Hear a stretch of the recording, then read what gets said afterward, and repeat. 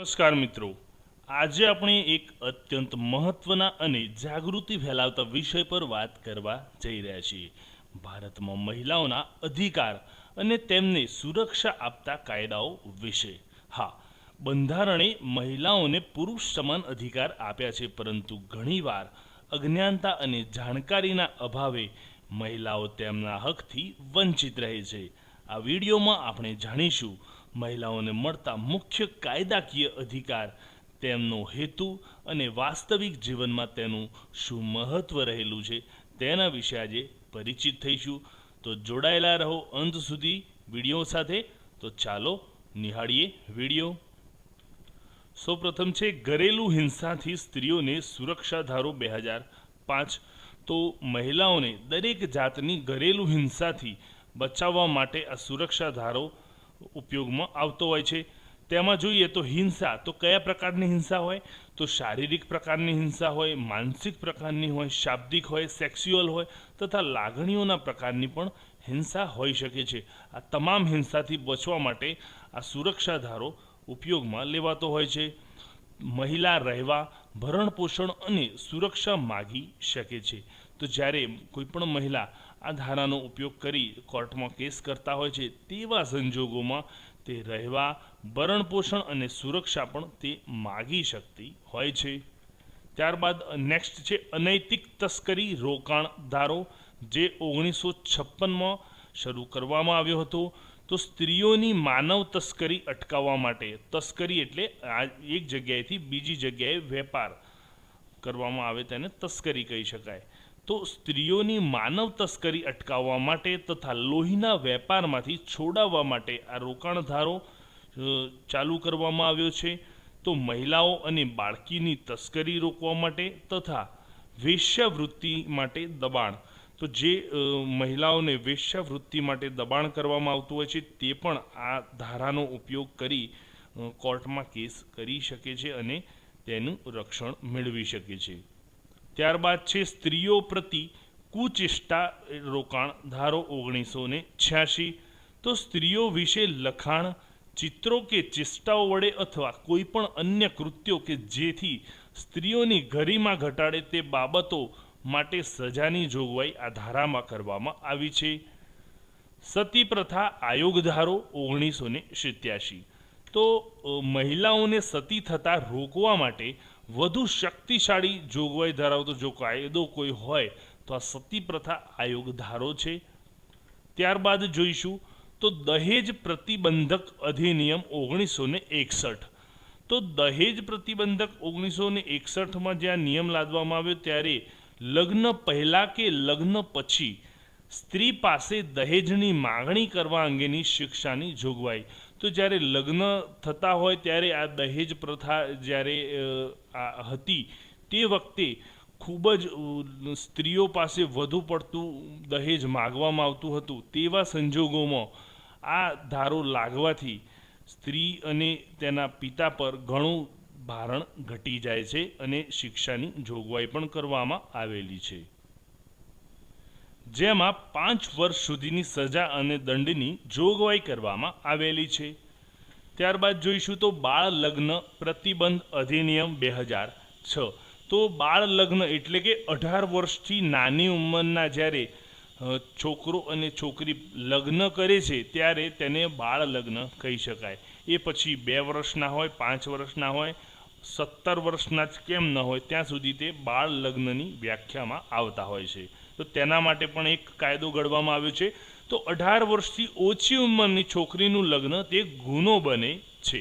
તો છોકરીનું લગ્ન 18 વર્ષથી નીચેની જો હોય તો તે બાળ લગ્ન પ્રતિબંધ કહી શકાય અને તેમાં સજા અને દંડની પણ જોગવાઈ કરવામાં આવેલી છે. ત્યારબાદ જોઈએ તો medical termination of pregnancy act. તો ગર્ભપાત માટે મહિલાનો અધિકાર.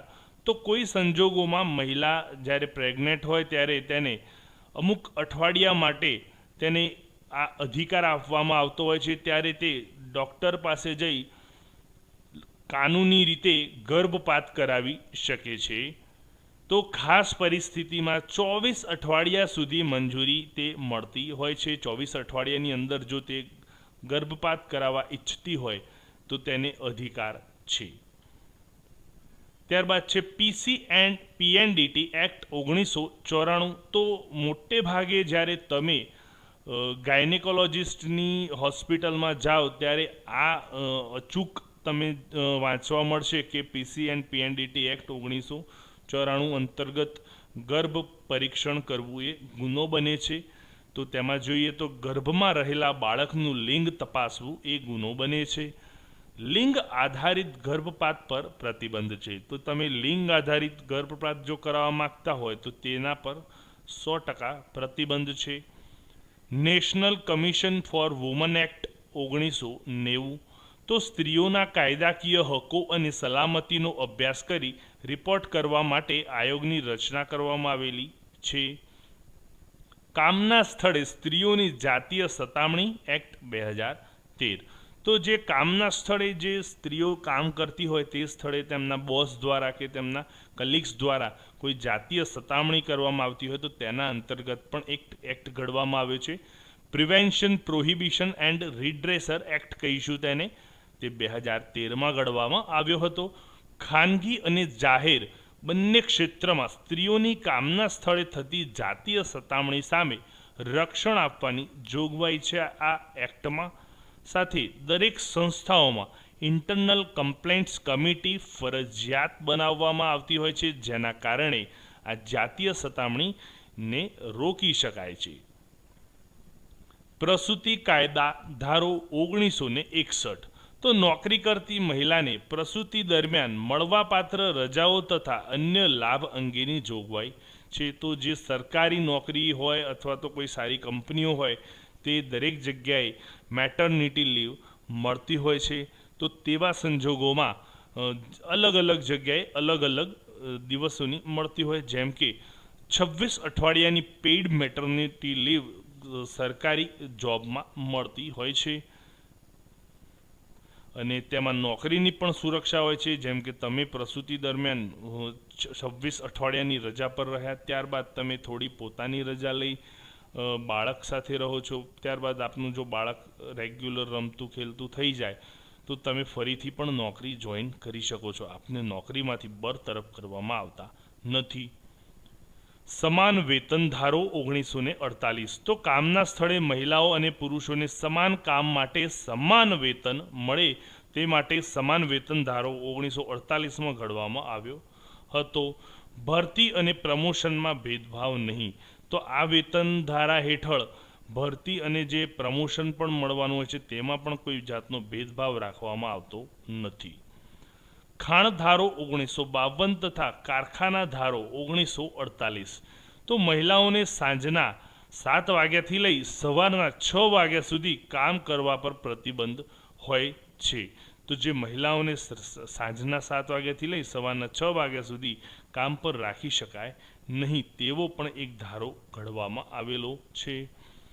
Hindu succession amendment act 2005. તો તેનો અર્થ છે વારસાગત અધિકાર. તો સ્ત્રીઓને વારસાગત અધિકાર પણ પ્રાપ્ત થયેલ છે, જેમાં દીકરીને પુત્ર સમાન મિલકતનો અધિકાર આપવામાં આવે છે. જન્મથી જ સહભાગી, એટલે આ જે હિન્દુ સક્સેશન અમેન્ડમેન્ટ એક્ટ 2005માં ઘડવામાં આવ્યું તેમાં એ જણાવવામાં આવ્યું છે કે દીકરીને જન્મથી જ વારસાગત અધિકાર પ્રાપ્ત થાય છે. જરૂરી નથી કે લગ્ન બાદ જ તે અધિકારને પ્રાપ્ત થાય. ત્યારબાદ જોઈએ તો ભારતીય બંધારણમાં મહિલાઓ માટે ખાસ જોગવાઈ છે. તો બંધારણની અંદર પણ મહિલાઓ માટે ખાસ જોગવાઈઓ કરવામાં આવેલી છે.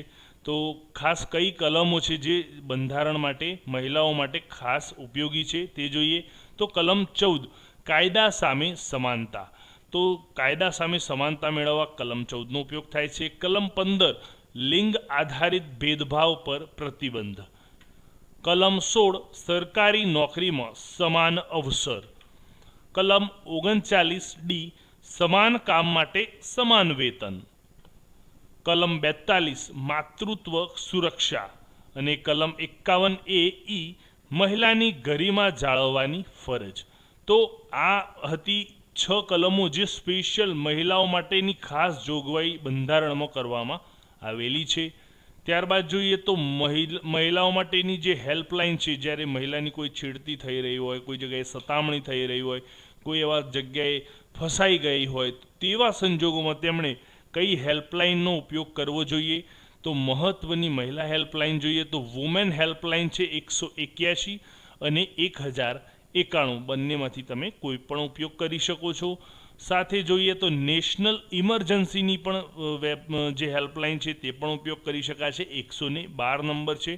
અને ત્રીજી છે ચાઇલ્ડ હેલ્પલાઇન, તો જે બાળકીઓના તસ્કરી કરવામાં આવે છે, વેપલો કરવામાં આવે છે, તે અટકાવવા માટે ચાઇલ્ડ હેલ્પલાઇનનો પણ ઉપયોગ તમે કરી શકો છો. 1098 નંબર જે છે એ ચાઇલ્ડ હેલ્પલાઇનનો નંબર છે, તેના ઉપયોગથી તમે ઘણું બધું અટકાવી શકો છો. તો મિત્રો, કાયદા માત્ર પુસ્તકમાં નહીં પરંતુ જનજાગૃતિથી જ અસરકારક બને છે. મહિલાઓએ પોતાના અધિકારો જાણવું એટલું જ મહત્ત્વનું છે જેટલું સમાજે તેને માન આપવું જોઈએ. તો આજે મિત્રો, આપણે આ જે વિડીયો જોયો મહિલાઓના અધિકાર અંગેના કાયદાનો, આપને પસંદ પડ્યો હોય તો જરૂરથી લાઈક કરશો, ચેનલને સબસ્ક્રાઈબ કરવાનું ભૂલશો નહીં. અને જો